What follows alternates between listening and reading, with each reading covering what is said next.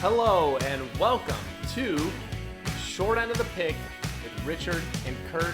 We're here. We've got a great day of picks to go here. We've got stock market, which is very bad today on Monday the 9th of March, 2020. We've got coronavirus still in the news, of course. We've been talking about it for weeks now, but we've got other stories, and obviously it's driving part of the market being as bad as it is.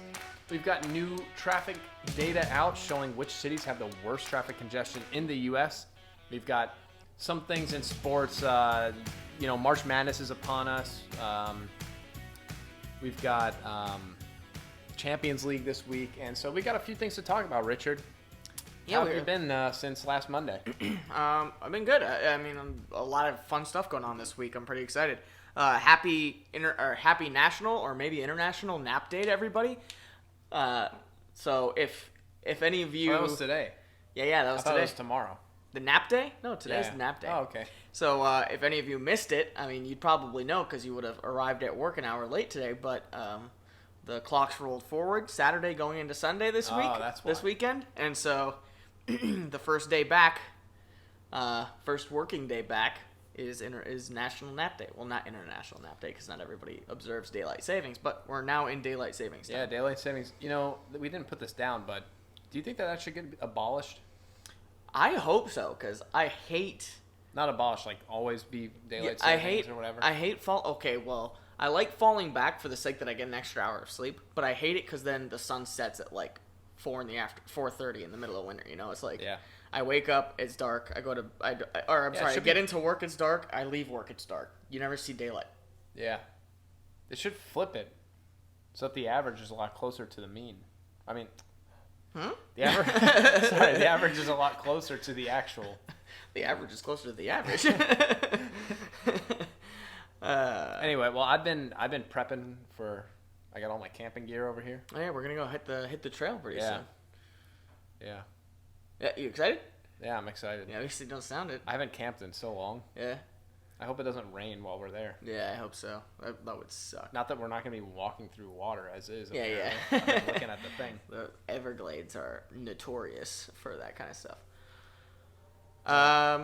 Yeah, I guess that's it for the International Women's Day was yesterday. Oh yeah, that's right, International Women's Day. Yeah, I was trying to think of other things going on the calendar. Yeah. Not a lot going on.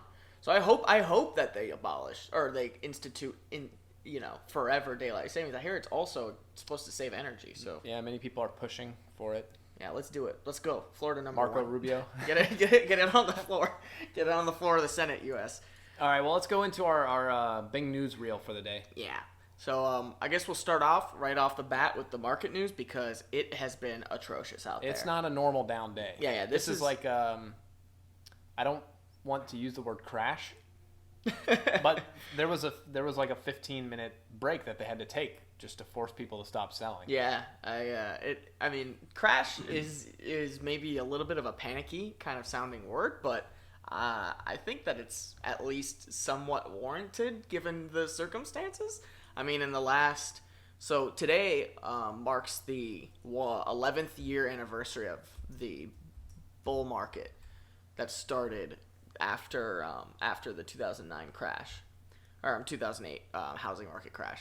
And so we're going on probably one of the longest streaks in modern U.S. history of having a bull market.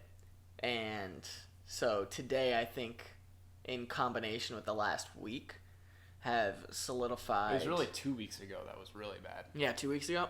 So last week was like neutral because it was up and down and up and down. It yeah. ended like basically even. But Yeah. the week before we had lost a ton of value. True. Anyway, I think that the net ended up So we're technically in a bear coming market into right now, a bear right? market, I think. Yeah. Just because we lost 20%. Yeah, so definition of And I was going through it. I mean, I was 20%. looking at what was I looking at? 2018 when we had the big decline, it dropped 18%. So it was really close then. Yeah. I mean, it's not unusual to drop a ton. Yeah. But that was over an extended period of time. That was over 3 months. Mm-hmm. This is like 2 weeks, 3 weeks, and we've lost 20% of our market. Just like that, bang. Trillions of dollars Yeah. of market value. Yeah. So I get officially 20% is what indicates the bear market. So that's why during our last downturn it wasn't technically a bear market because it had it had gone down, but it went back up again. But this was like pretty dramatic. I mean, today alone, we were seeing numbers in the 7+% for the main indices. So Yeah. I mean, what is that? S&P down 7.6 just today. So I mean, you could have, if you have, I mean, for context, if you have $1,000 in the market and it loses 7%, you just lost $70. You know, it's pretty dramatic, and that's only if you have $1,000. You know. Yeah, or 80. Yeah, it's closer to down 8%. In one day. Yeah. You look at some of these, like, imagine some of the billionaires that have like a bunch of money, like all of their net worth is essentially tied up in equities. Like Bill Gates or what's his name from Amazon. They probably lost like a humongous chunk of wealth, you know? Yeah. I mean, not that they can't afford it, right? Yeah, and if you combine it with the last 2 weeks, I mean, you're down $200 if you had 1,000. Exactly. So it's pretty rough times out there. So I mean, what the main thing that caused it, by the way, was the oil bidding war between the Russians and the Saudis. Okay, so what happened there? I don't know. Like, obviously, there's fears about oil demand, and so I guess Saudis wanted to, the OPEC wanted to flood the market with oil to get the price down to increase demand or something like that.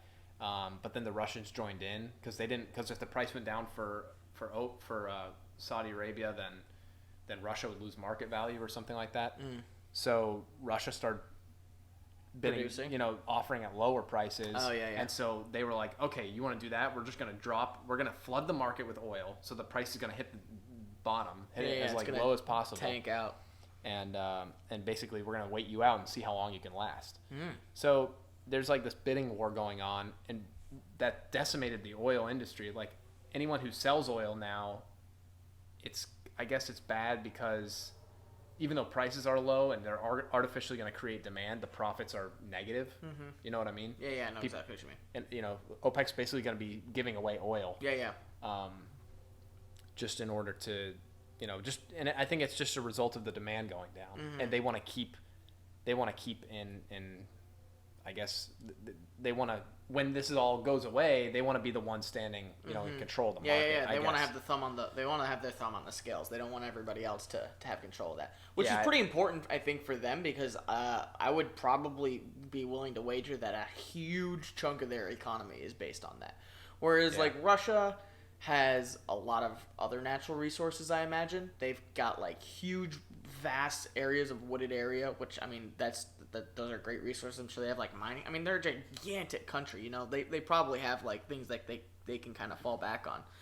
They got too much land. Yeah. I think that we should go in and annex. Welcome to the United States. No, but I mean, think about the demand for oil over the next, like, cruises are in the trash. Airplanes are in the trash. No one's traveling. Like, so all this demand, and people aren't buying goods. They're like staying home. They're not going out shopping. So all these supply chains, like, the demand for oil is going down. So if you're someone who sells oil for a profit, your the value of your company is going to go down a ton. If you're a plastic producer, though, I imagine that right now there's because plastic, you require oil to make. They need but you're part of whatever's. Yeah, but you're part of the problem. I mean, if no one's going to buy your goods, or if the factories can't buy your goods, so if you make plastic and sell it to a factory and the factory's shut down, see, it's a backwards way of thinking. Like, the oil's down because the plastic makers and they're not buying up their stuff. Yeah, everyone's going down, and that's why it's impacting the whole market. Yeah. You know what I mean? But I imagine that like plastic has a lot of like disposable uses nowadays that like health industry and food industry and stuff like that use a lot as like a disposable. Like it's kind of like a sanitary thing, and so and I imagine that that's also pretty easy for them to like print out like a package. Like, as far as just like difficulty of making a thin package that holds like a frozen pizza, for example, and then just storing it away for like, you just have to have a big warehouse somewhere in the middle of nowhere. I don't know. And they can buy gas really cheap now. Exactly. And the consumers, get it super cheap. They're saying that, hey, go buy gas. It's going to be really cheap over the next while. I saw on the Bing news feed, story about Florida supposed to be going under $2 a gallon, which is really low. I haven't seen $2 a gallon in like 4 years or something like that. Oh yeah. Since the last time I was up in Tampa. But it's the same thing with like airlines. You know, if you want to buy a ticket long term, like you're looking like 9 months down your calendar, buy a ticket now. Like, they're giving away tickets at this point because the demand is so low. Yeah, especially since I don't know what the long term context is going to be for this. Yeah, I mean, at a certain coronavirus. Point, if you've got an airplane, if you've got normally a $300 flight for $75, yeah, and what are the chances? I mean, it's not like a guaranteed chance you're going to get coronavirus, and even if you do, unless you're older or have another health condition, it's not even a big deal. Yeah. So, like, the value of getting that really priced ticket is really high. Because like you look at how long could it possibly go for? If you buy a ticket now for like July or something like that, these illnesses typically can't make it through the summer like that, Yeah. So we will see, but that kind of like segues us easily into our next news story. Yeah, which is obviously the coronavirus is all over the news. No matter where you look, it's hard to it's hard to find news stories that aren't coronavirus related. It's ridiculous right now. Some good news out of South Korea is that they declared that they think they're past their peak. Yeah, it was their the health minister. Yeah, he said that they think that they're over the hump, so to speak. That they don't think that. I don't necessarily know that they think that there's going to be no new infections. I think they just think that the rate of infection. Yeah, they're up to 7,500 right now. Yeah, confirmed cases and 53 deaths. They took drastic measures, though. I mean, there were cities were locked down. Like China. Oh yeah, they went all in basically. But their health minister, I think, is really hoping that that this was a big that the moves that they ended up making ended up panning out in their favor.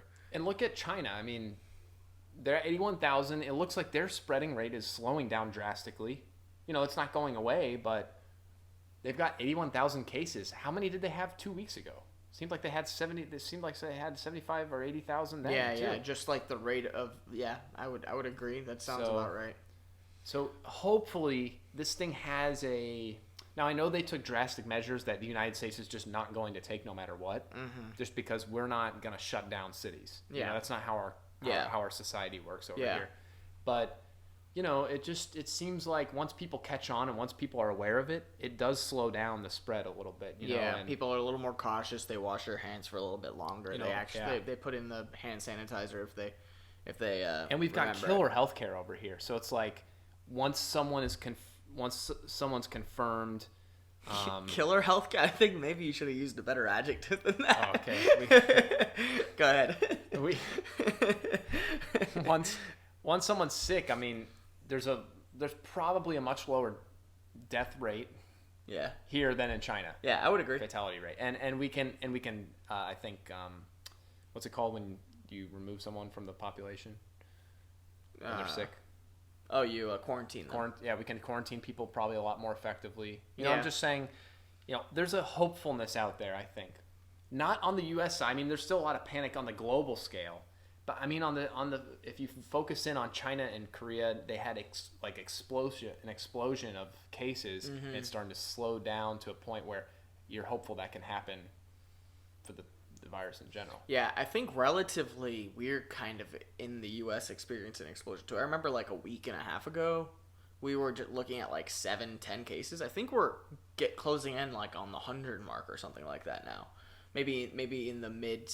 I don't know for sure. So this is saying we have 572 confirmed cases. Oh, okay. So yeah, well over 100. 21 deaths. I think we were just having our first 1 or 2 or 3 deaths last weekend. Yeah. So weekend before this. I mean, a lot of that's like from an equivalency standpoint, we went from let's say in like the teens range or maybe 20s or something like that. Like not but a few weeks ago, like 2 weeks ago maybe. So I think that we've pretty much experienced our explosion as well. I mean, that's pretty much what South Korea was doing, and we've been taking measures pretty early. Yeah, now some states are getting hit harder than others. Obviously, we've got the West Coast, California, Oregon's now under state of emergency, Washington State. But New York also has a lot of cases that are coming out. New York City, obviously a global city. It's got visitors from everywhere. Their chief of their port authority tested positive. Yeah, his name's Rick. I'm sure he was really involved, and he was down there in the yeah, for sure. the subways and everything. Yeah. They were trying to disinfect and make sure everything was going well. Yeah. You were just telling me earlier how you heard about how New York City was really going in and just like getting the cleaners out and wiping down all their machines down, wiping down all their stuff, cleaning off all of their cars, their 150 plus subway cars or whatever their number is. Yeah, you've been in these metro systems where you tap your card to the thing. You're holding your card in your hand and you're touching this thing, and you just got thousands of people touching the same box every day. And so I saw pictures of people that were hired. They were suited up, and they were spraying just disinfectant all over everything, all the handrails and the equipment where you swipe in on the subway. So Andrew Cuomo said that if a student tests positive in any of the New York schools, that they're gonna close the school down for a 24-hour period just to make sure everything's okay. Just to disinfect everything. Yeah. But like that's so important for a big dense city like that. They only just eclipsed Washington, which has a way lower population, obviously, but like, and density wise way lower as well. But they're also on the West Coast, which is a lot closer geographically to the main part of the main location. But I don't know. They're also New York says that it's gotten so bad that hand sanitizer's out on all the stores. Yeah, at least around here. They have inmates in like prison, state prison, making hand sanitizer or like bottling hand sanitizer to get it out quickly. Yeah, that's pretty. I don't know. That's like a good use of trying to get of resources, trying to keep your things going the right way. And I also heard that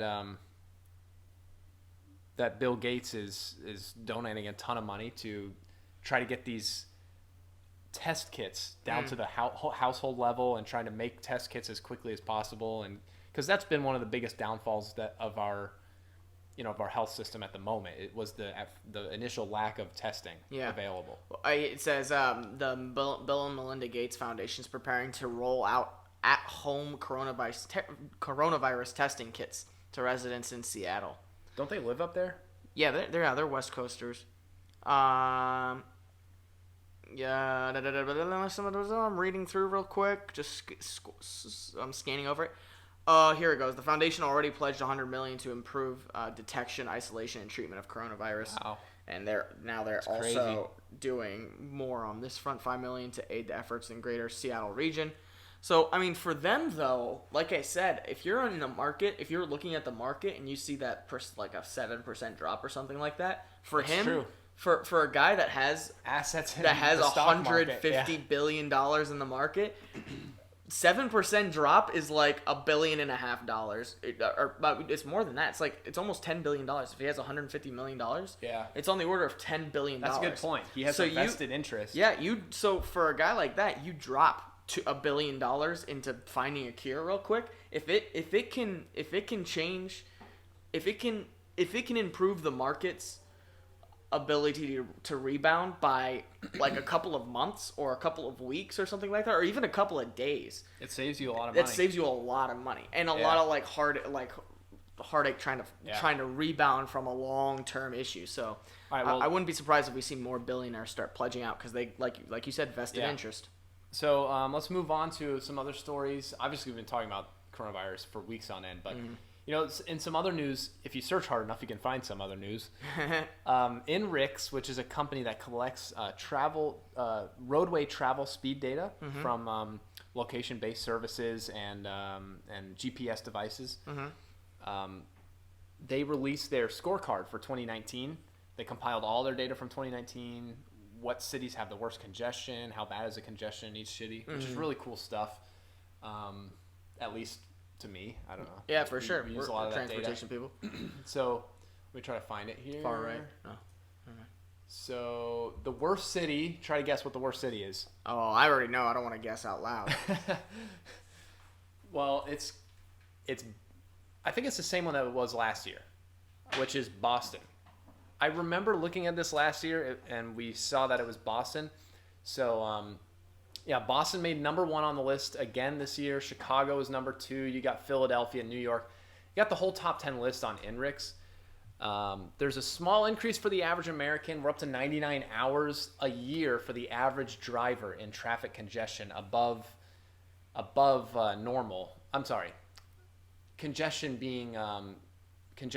time being time you spent, I think, above like a free flow or without traffic congestion that conditions. Makes sense. So 99 hours, what do we say that converts to? Something like day? 20 minutes or 16 minutes? Oh, I think this is it. I think this is 16 minutes per day. Yeah. In traffic congestion. Yeah. That's like on top of, so if you have a 30-minute commute, your commute would have been 14 minutes. Yeah. kind of a deal. If that's the only driving you did all day. Yeah. So I'm sure that we could actually figure out what the average commute time is and then factor in what, like if the average commute time is 30 minutes, 16 minutes of that is spent. But I don't know, maybe the average commute's a little bit longer. Well, it's not just for commutes, it's for all travel, I think. So it's Oh, okay. I'm not. So it's just time spent in traffic. Wow, that stinks. Yeah. Because they track it all, and they basically compare it to average. They compare the average to free flow, or the total delay to the free flow conditions, and they got all this data processing that they do. Yeah, dude, I'm looking at the worldwide, and they got Bogota, Colombia as the worst. Who would have thought that? I would never have guessed that. Bogota. And then Rio de Janeiro, and then Mexico City, then Istanbul, then Sao Paulo, Brazil. Dude, Brazil, South America. Brazil on the top 2. Man, they have horrible congestion down there. Rome, Paris, and then London. Dude, the U.S. doesn't even make the top 8, but they are number 9. I'm pretty sure Boston is number 9. But you look at some of these, the policy in some of these countries is like they almost kind of put a lot of their money into public transit. So they put so much into public transit that it's like, well, yeah, if you're driving and you're suffering a congestion, that's your own fault. Just start riding our bus. You know what I mean? But I thought this was total congestion though, just like time spent in congestion. Yeah. Yeah. But for drivers. Oh, for drivers. Oh, I got you. Right. Oh, not just commuting. Yeah, I see what you're saying. No, Go ahead. Yeah, if you ride the subway, you're not in this. Sorry. Okay, yeah. So, I understand now. Duh, that makes sense. So a lot of these countries, like their policy is, well, we want congestion to get worse because then it makes all the money we spend on public transit look good in a way. Yeah. That's a weird way of looking at it, but anyway. I don't know. It makes sense if you're not dealing with like as big a budget as the United States. But look at the U.S. They're always like, we own all of our roads, and we're trying to pump people through. We're a very car-centric country. Yeah. So the idea is to move vehicles. Move vehicles. Like, anyway, it's a different idea. Yeah. Atlanta is number 10 in the U.S. Washington, D.C. is number 5. They showed a lot of improvement. Washington, D.C. not that long ago was I think, the worst. Oh, yeah. Not but a few years ago. And it says they have an 11% improvement from 2018 to 2019. Wow, good for them. Yeah. I don't know if that's like... I know that their public transit has gotten a lot better. It was really looking bad for a couple of years, not too long ago, and it's doing better. Good news. Lastly, in our Bing newsreel, as we move on here, we've got another natural disaster. Yeah, so I don't know how natural it is. Yeah. Was it caused naturally? I don't know. I just actually saw a third one too, but wait, what? Wait. Oh yeah, that's a good point. So the first thing is the Oklahoma wildfires, which it could have been not natural. 30,000 acres in Oklahoma. Yeah. That's ridiculous. They've got like a picture of it. I mean, it's a pretty significant swath of land. Like, yeah. I mean, you could just see the wind blowing, from south to north. Yeah. I don't know if they necessarily have an idea of how it started. Stinks. Like, look at all these plots of land. Like, imagine that's your farm. Yeah. All these are just like farms. It's thousands. Like it said, 30,000 acres of land just torched. Anyway. Wow. Pretty intense stuff there. But then also we had last week we had the tornadoes in Nashville. Yeah. Which were really stinks. Like tragic. I mean, like some pretty hefty damage, a few fatalities. I mean, this was that happened intense. Just before we recorded last week. I mean, I think this was happening Monday last week. Yeah. If we hadn't mentioned it then, but it's just like something. Lots of stories of heroism and people helping each other out, but really tragic stuff in Nashville, and it's just creepy to think about a tornado that big going through like downtown. They were saying parts of downtown. Dude, downtown. Nashville, where there's tons of people, and I could just imagine, how scary. I mean, there's no you don't hope, but what I'm saying is when a tornado goes through a very low density area out, usually, 99.9% of our land area in the U.S. is there's like nobody. There's like one person per 200 square miles or whatever. Yeah. So it's not like as big a deal. It's just but then it goes through a dense area like that and it causes a lot of damage and a a lot of lives get affected. It's tragic, dude. Yeah. I mean, like it's people that aren't expecting it too. Like I mean, at least out in the middle of nowhere, they're like prepared for that kind of thing. You know what I mean? Like they have their basements, they have all their stuff prepared out there because that's what they're expecting.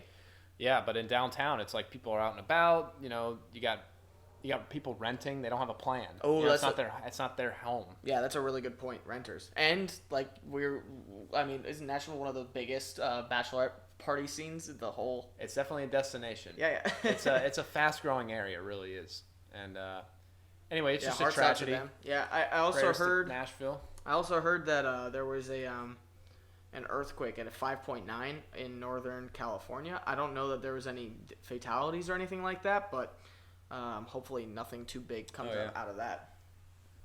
All right, so that pretty much wraps up our news for this week. Let's move into sports. Yes, this week in sports. Week in sports. So our number one, our headline story. Is this really our Oh, wait, we didn't do our funny story for the week.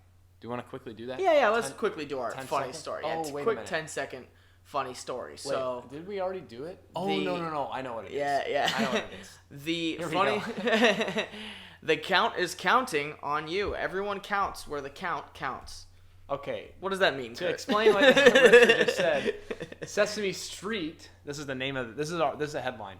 Sesame Street launches 2020 census starring The Count to remind families that everyone counts. That's the census's tagline, everyone counts. Yeah, I was asking how on earth are you advertising to parents via through Sesame Street? Through Sesame Street. Yeah. That's a great way. Yeah. Because what else is besides Maury or Judge Judy? Oh, yeah. I don't know what else is playing in the middle of the day. Yeah. Like Oprah. Yeah. You get your stay-at-home moms or stay-at-home dads, I guess. That's probably a big market for that, too. Sorry.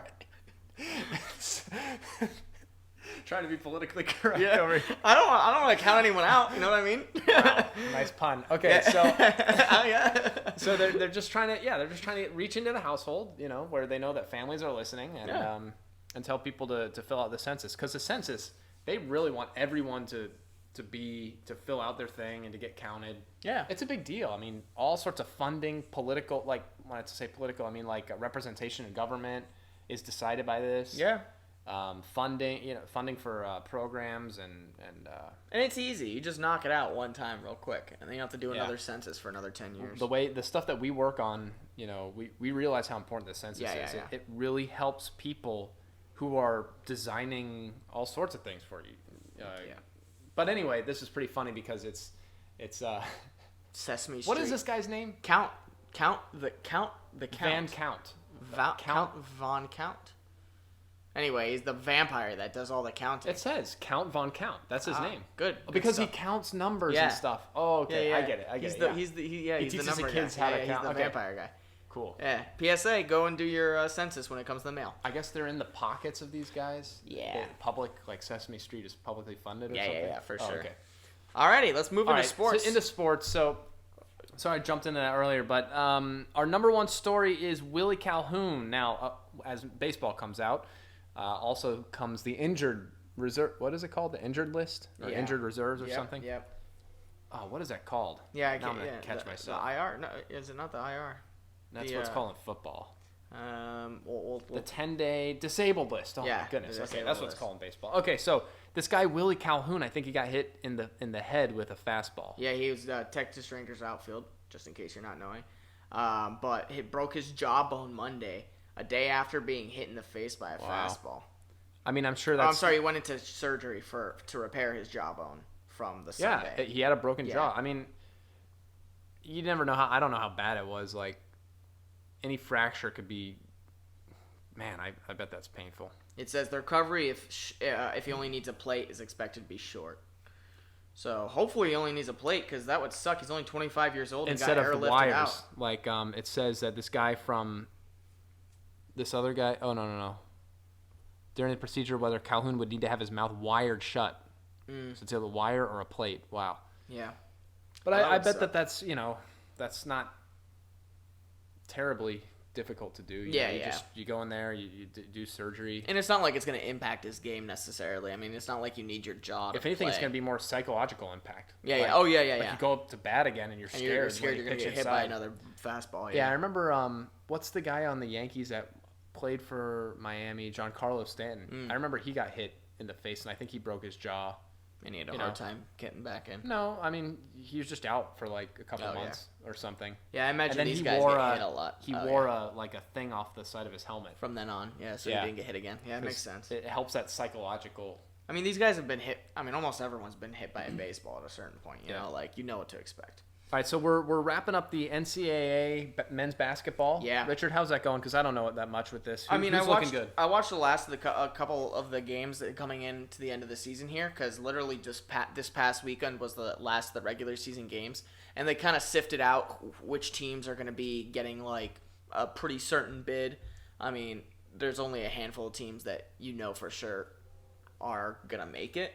And then it gets to, you know which teams are going to make it, but there's only like a number of teams that you don't know whether or not they're going to make it. So when are we going to know what the bracket is? I don't know when they're going to release the bracket, but they're going into playoffs this week. So each conference has their own playoffs, or conference tournament, I guess is what they call them, to see who, like, because they have a regular season champion or tournament champion who gets an automatic bid to the March Madness. I was going to say to the Big Ten. And then in March Madness, you sift out the national winner. And right now, I'm seeing odds on Kansas and Gonzaga as the two top picks, which Gonzaga's is really good. Always a couple of solid picks. But right now, I mean, betting odds in favor of Dayton. Dayton is in the top 4. Wow, as far as betting odds is concerned. Wow. And then Michigan State's up there. The Big Maryland Ten is well up there. represented. Yeah, Big Ten's well represented. Michigan State had a run at the end of the season there, so that's what it's up there. Yeah, they're looking better Baylor, than they were though, earlier. Baylor, Kansas. But I would, I wouldn't count out a couple Kentucky. of the, ACC teams like Duke and Villanova, Florida State. Virginia. I wouldn't rule out. Louisville. Virginia's looking better than they were earlier in the season. Mm-hmm. Wow, I don't see them anywhere on this list, but way down there. I mean, but you still don't. I mean, that's top 20. I mean, if you're in the top 20, you've got a pretty decent shot of making it pretty far. I would say, I mean, as far as betting odds are concerned, look out for Kansas and Gonzaga because they're not even giving you I mean, this is a plus 600, so it's saying like you have to. I mean, they're giving you 6-1 odds, I guess, is what that is. The reward is 6 times what. That's not even that good for like. They haven't even released the brackets yet. Like you don't even know who they're playing. Yeah. You know, and they're giving you 6-1. I mean, they're pretty confident in that team. Yeah. All right. Well, what else do we have? I see Josh Norman was signed by the Bills. Yeah, he had his former coach. Is now the head coach of the Bills? I don't know, but McDermott's not the coach anymore, or McDermott for the Bills. I don't know if it's the head coach, not necessarily, but one of his former coaches is coaching at the Bills. So I don't really know who is there or what, but cornerback from Washington getting picked up by the Bills because a lot of sports teams, by the way, in Tennessee area are. Oh yeah, that's right. Contributing to the. I mean, that's helping good. out to with the fund, the tornado fund or whatever. But I saw an article, it was like all the teams in the area. Anyway, bring the community back together a little bit. Let's see. What should we go over a little bit? What happened in the Premier League? Yeah, we can touch on the Premier League, and then we can maybe go over. Last week was kind of crazy. Yeah. Because. Do you want to do a little touch on the Champions League too, just while we're at it, or not? Yeah, I don't know what I can go over. Like we're gonna go over in Dick's Picks and Captain's Log here in a second. Yeah. Okay, we're gonna do that one. So yeah. So let's look back, dude. Leicester beat the poo-poo out of Aston Villa 4-0. Yeah, Chelsea beat Everton 4-0. Everton's It was looking there to try and battle it up, try and get up a little higher. The Wolves drew Brighton, which was pretty big because they're Wolves are really in a spot. Yeah, Everton, Wolves, and Wolves were in 5th, so Everton's not as high up as I thought, but Burnley's pretty up there, and Burnley just drew Burnley's Tottenham. looking good, yeah, and Sheffield got another win. So look at freaking Sheffield. Dude, Sheffield hanging in there, man. That's a promoted team. Dude, by the way. I keep saying this. I cannot get over that. What are they doing? They're 2 points away from a Champions League spot right now. I mean, it's crazy. They're tied for a Europa League. Anyway, so yeah, it was a pretty interesting week. I mean, lots of big wins and etc. Do you have the Champions League open as well? Yeah, let me. I had that here. Yeah, we got Champions League games happening this week. Dude, Barcelona drew. Yikes. Against Napoli. Oh, well, I guess it was at Napoli. That was that was the first game, I think. So they got an away goal. I mean, they're going back home with an away goal in the pocket. Yeah, the big one that's coming up is the Liverpool Atletico, which we're going to get into. Yeah, we'll do a pick for that. But PSG, what happened with PSG and Dortmund in the first? Like Dortmund won 2-1. Okay, that was big for Dortmund, but PSG got an away goal, 2-1. Yeah, but that's a big one that PSG needs to show up for. Mm-hmm. Dude, Real Madrid's gonna have to put in work if they want to beat Man City at Man City. Yeah, what was that first leg? It was first leg, Madrid 2-1. Yeah. And so now Madrid has to go away and win. Yeah, and Man City's got 2 away goals in the pocket, so you can't just win. You gotta win big away. You know? Yeah, but I think that one's next week. That's Tuesday of next week. The games that are this week are gonna be Tottenham Leipzig. Okay. What happened in the first leg of that? Tottenham was behind on that one. That was 1-0 Leipzig at Tottenham. Beat Tottenham. Gosh. So Valencia Atlanta, which Atlanta's blowing away Valencia 4-1. Wow. And then you've got your Liverpool and then your Atletico, then PSG Dortmund. So PSG Dortmund's actually a really interesting one that I probably should have included on the thing. But anyway, that's just a quick little look. One of them's gonna make it, right? Did anything else happen? Sports wise? Yeah. Around the leagues that we're aware of.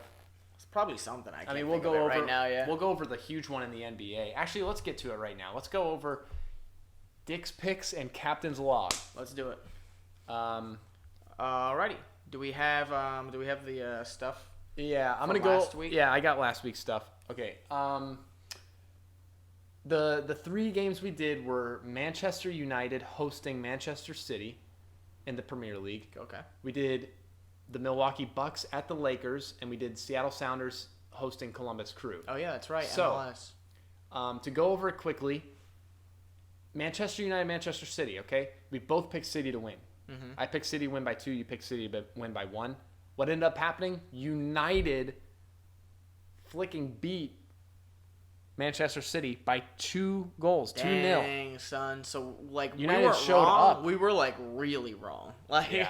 Like we were inverse of what ended up actually happening. Which almost. United was at home, so it's like we should have leaned towards them in a rivalry game. So much better. Yeah, United's been so inconsistent, so it's hard to know who's gonna show up. Yeah. You know? The really big one in the NBA was Bucks at Lakers. This is an NBA Finals. Yeah. This preview. is a huge game. Best in the East versus best in the West. You picked the Bucks to win by 4. I picked the Lakers to hold it home with LeBron James by 4. LeBron James. What ended up happening, Richard? The Lakers by 10? What? Yep. Dang, dude, that's a pretty confident win. I don't know. I finally had a pick that was right. Dude, yeah, you nailed that pick. I mean, it was a really big win, so you weren't necessarily on the point spread there, but you had the right team, so at least you're halfway there. I could have picked them to win by 1, I guess. Yeah. Could have. I guess. That's a devil's advocate. Okay, so with Seattle and Columbus Crew, this one was a mirror kind of deal. You picked Seattle to win. I picked Columbus Crew to win, but it was a draw. Oh, man. So if you would just combine, because I picked Seattle by 1, you picked Columbus Crew by 1. Yeah. If you just merged our 2 scores, yeah, it would have just offset and been exactly what ended up happening. It was at Seattle. So what does that mean? I don't know. Oh.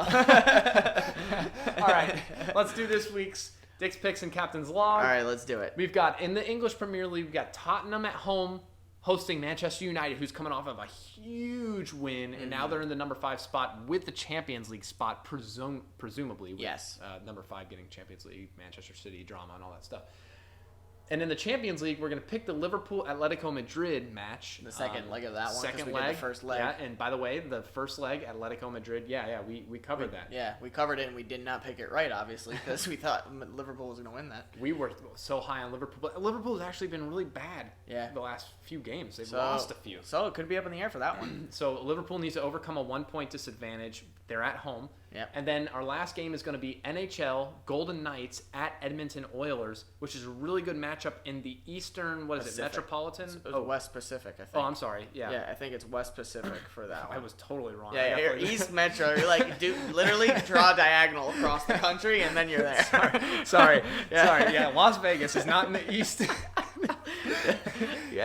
West. But those are the top Pacific. two teams in their division. Top two teams in their division, and probably the top. I mean, okay, well, no, not the top two teams in the West, but still top two teams in the division. That's a pretty critical win. Really good matchup. Between All right, the two. so let's go with you first. Dick's picks. What do you got on Tottenham and Manchester United? I'm gonna do an unpopular pick here. Manchester United coming off a really, really pretty win against Man City. They're gonna go on a lot of confidence and beat Tottenham by 1. How is that unpopular? I think that it's unpopular because Tottenham's at home and they have typically a pretty good home. That's true. Typically a pretty Tottenham good home. tend to do way better at home than away. But Manchester United, likewise, does a lot worse away than at home. So I'm going to go with a classic El Clasico. El Clasico. Draw. Yes. Dude, there's been a lot of draws for soccer. Like, when we pick soccer games to actually do for our Dick's Picks and Captain's Log, they've been draws. There's been a number of draws since draws we started. are popular. So, especially now, like, these two teams, I mean, they're so close. Yeah. As far as getting that spot, neither one of them really can afford to lose. Yep. But they can kind of not shake hands, but they can, they can both, kind of cancel each other's passion out. As far as getting that. For sure. So. Alrighty. Moving on, Liverpool, Atletico Madrid. I'm going to go with Captain's Log with Liverpool. I actually filled this in wrong. I meant to put that. Oh, okay, yeah. That's what I was going to Winning by 2. Oh. And sneaking in. I, too, to the next round. I'm going to also pick Liverpool by 2. You're not going to bet against Liverpool? Yeah. Well, I thought about this is a setup for disaster. Yeah. We're both going to get this wrong, aren't we? No. This is the only one we picked that we're both exactly the same. Oh, yeah. wait, no, maybe not. Okay. So we both got Liverpool pulling. I mean, if they win by 2, they're through, right? Oh, yeah, for sure. They're through to the next round. Yeah, it doesn't matter how many. It doesn't matter what the end score is, so long as they win by 2. All right. So what is your score prediction? Dick's picks for the Golden Knights at Edmonton Oilers. Golden Knights are up by, I think, by like 1 or 2 points. They also have a game in. The Oilers have a game in hand. So it looks like they're pretty much even. Mm-hmm. We're at the Oilers though. I'm gonna give them a 1-point advantage. Oilers by 1. I have the same exact philosophy. Actually, the Oilers beat the Golden Knights earlier in the season. Oh, did they? At Golden Knights. Okay. And then I think the Golden Knights beat the Oilers at the Oilers. So this is redemption time for the Oilers. And that was more recent, but yes, they're very similar teams, like you said, except in hockey, it's never a 1-goal win. I'm gonna go Oilers by 2. That's a sneaky pick, yeah. I considered Golden Knights, and that's why I was so averse to picking anything more than that, because they're such like closely matched teams in that sense. But all right, so let's move on. I mean, that wraps up Dick's picks and Captain's wraps Log, up right? Dick's picks and Captain's Logs. So let's get in. Yeah, wrap up with the market report, which we've already done a little bit. Just for the vitals, S&P is down 7.3% over the week. Since last week. Dow is down 10.9%. NASDAQ down 11.3%. Dang, those are rough, yo. Yeah. Those are bad numbers. Bad numbers. It's not looking good. Some people are starting to freak out, but I hear so many people, trying to convince everyone, keep your money in, don't freak out. I heard that on NPR today when I was riding home. They're like, don't panic sell because that just hurts the market in general. People, I mean, like you said, they had a 15-minute shut down the market this morning because people were going wild, and they're like, okay, we can't handle this kind of traffic. It seems like a good time to buy if you think we can get over this coronavirus thing. Yeah.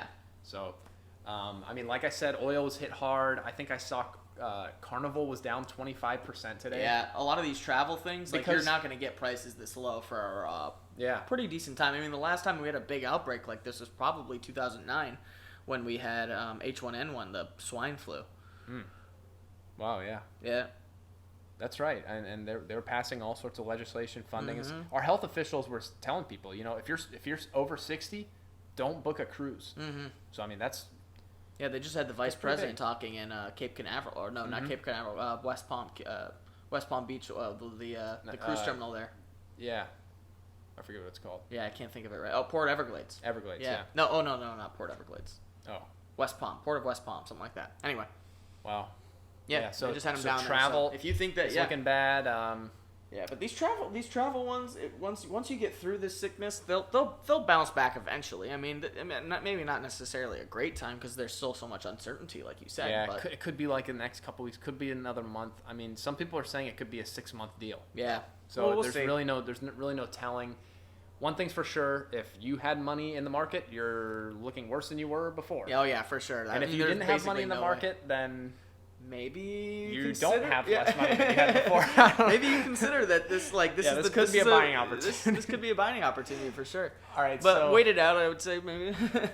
I mean, you'd think that like gold. People are saying gold and silver. Gold is always a good bet. Yeah. Doing well now. I think gold rarely, and still those precious metals rarely ever go down, even when the market's like. Because they're hedged things, so like you're like, oh, the market's going down, so these hard assets are going to go up, and they do go up. But even when the market's good, it's not like they're going down, Yeah, they're just going up slow. Yeah, so a lot slower than the rest of the market. So yeah, precious metals is always a good bet. Let's talk about our last week's big pick and hot take. Yeah. So you picked what was it, Southern Energy or something like that? Yeah. And they only went down 4%. Now I know that sounds bad, down 4% in 1 week. Sounds actually really bad. That sounds rough, dude. But as we just said, the S&P was down 7.3, so you beat the market by 3%, which is actually really good. Yeah. It was I was pretty satisfied with that pick, I guess. Especially given energy, it seems like today energy took a hit. Yeah, but it was like more oil. It's I guess this energy company's been known for being trying to be pretty revolutionary with its like pretty progressive as far as its energy sources are concerned. Yeah. But so I don't know. Plus, it took a really big hit the week before or something like that, so that it was kind of trading at a more fair market value. My big pick, on the other hand, Ross, took a major hit. Dude, retailer. Don't even want to say it. Down 14.6%. I was screwed up. Which is now to be fair, the Nasdaq was down 11.3. So you only were worse than the market by 3%. I beat it by 3. You worse than 3. That's we evened each other out. No. I mean, yeah. Okay, so. Yeah, I did worse than the market this week. So I'll remember, like I said, always pick Richard's. Week before I had a bad one. Remember, you had a really good pick last week, and I had an awful week. Okay, well, let's see what you picked this week. Alrighty, this week I am going with Dollar General. DG. So I was gonna go with Dollar Tree originally. Let me look up Dollar General here. And I thought, Dollar Tree and Dollar General, they're both. Like basically, like no offense, but they're both basically selling the same. Dollar product. General's up today. Yeah, dude. Yeah, it's the market was down like 10%. Yeah, it's up 0.5%, dude. So when the market starts to go down, people are like, okay, I need a place to go and buy goods that I know exactly what the price is going to be before I walk in the door. You go into your local grocery store, you never know when strawberries are going to be $3 for $1, or like they're going to be $5 a box or something like that. You can't go in there and get consistent prices. You walk into a Dollar General, I'm telling you right now, you know exactly what you're paying for the exact item that you're looking for. You're not going into Dollar General thinking. You'd think that a lot of their stuff comes from China, and with the supply chain being messed up. I don't think so. I think they do a lot of like those quick like candies and like small groceries, like gallon of milk and stuff like that. People aren't going in there necessarily to buy like. But they have toys and stuff. Yeah, they have little toys and stuff, but that's not their key market. I don't think. Yes. I think their key market is going to be like you put your Dollar General at the corner of where no one has a grocery store essentially, and you can put in and they've been expanding a ton. You can get your cheap snacks and your cheap you buy a big bag of chips for $1. Yeah, 34% they're up in the last year. Nice, see. So, and they've got a dividend on top of that. So anyway, so that's my boy Dollar. What did I say, General? Yeah, Dollar General. You Yeah. know A little what more I'm going to go expensive, with. but Dollar General. I've been freaking out all week, right? I've been talking about, things could look dimmer than You've been panicking, and you've been making me panic. So, I can't resist this one. I'm going to go with iShares Gold Trust. They've been up. I mean, over the year, longer term, they're up 29%, 29% in the last year. So it's not like they're looking bad, and over the last week they're up 4%. As fears grow, this might be a little short term, week long precious metal kind of drop it in and go with it, dude. And plus, gold's gonna go up. I'm peeping in on it. Going down. It's not trading at like a particularly high, like an untenable like value right now. Oh no! If you're an everyday trader, you can buy that. Gold per ounce is trading at like $1,700 an ounce now. Yeah. But they like make not it everyone really can easy. afford that. It's $16 a share for this trust. So it's like, they have gold bars in vaults around the world. Yeah. And they just, when they get money, when people give them money, they basically just put that on the balance sheet, and then every month they take all their cash and buy gold with it. You know what I mean? So they make it really easy to have a gold. You can invest in gold without having to sit there and buy your own gold and then bury it in the backyard. Yeah, like exactly. you can like satisfy having been invested in precious metals without having to have those precious metals sitting in your home, like open to being stolen or something like that. And I really hope that it doesn't do as bad as negative 14.6% next week. Like I said, man, precious metals don't typically start declining on a whim like that. Like even when the market's bad, or even when the market's good, I should say. It's not like it's like inverse. All right. Well, I think that wraps up our market section. And to review, if you live in Boston, I'm sorry you had the worst traffic over in 2019. Better hopes in 2020. We got hopefully this Oklahoma wildfire, declines over the next week, and we'll see how that turns out. But stock market's doing really poorly. Coronavirus is still very vast and in every headline you can find. But we're gonna have baseball starting really soon. We're gonna have March Madness starting really soon. Brackets coming around the corner. Mm-hmm. So we'll do a bracket when it comes around, and then we'll start getting into MLS a little bit more too. That'll be fun. Yep, absolutely. So that pretty much wraps us up.